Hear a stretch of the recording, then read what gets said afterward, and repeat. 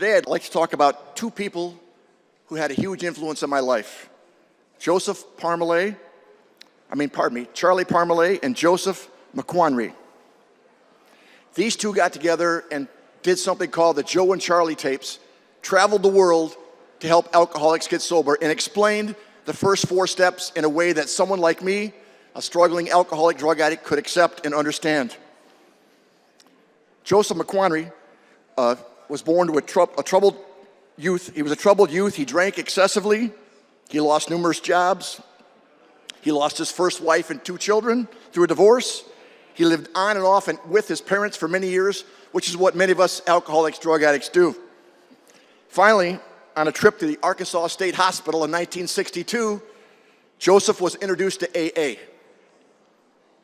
Impressed with the AA meetings, he tried to continue his participation and improve his life. But he ran into a problem, Madam President. It was 1962.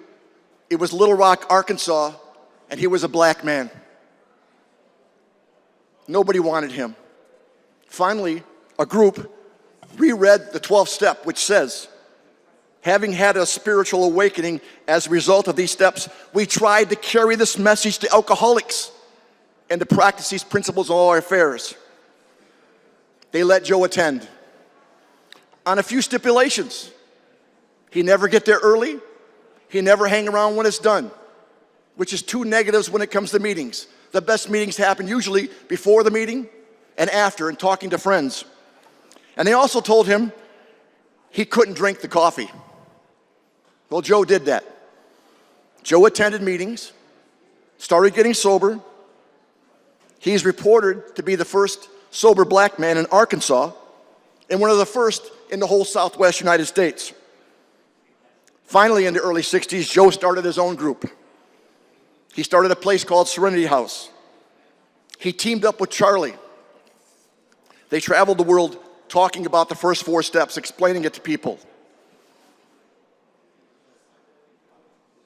He is cited to be one of the early heroes of AA for black people in AA.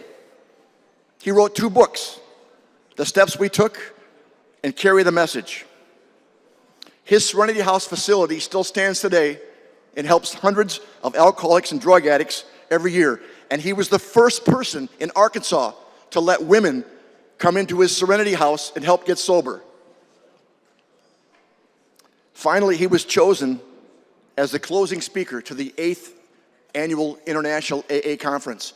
We were supposed to have one in Detroit in 2020. It was canceled because of COVID. In 1985, as the final speaker, he wrapped it up with 44,000 people listening to him. Madam President, I would like us to honor Joseph today.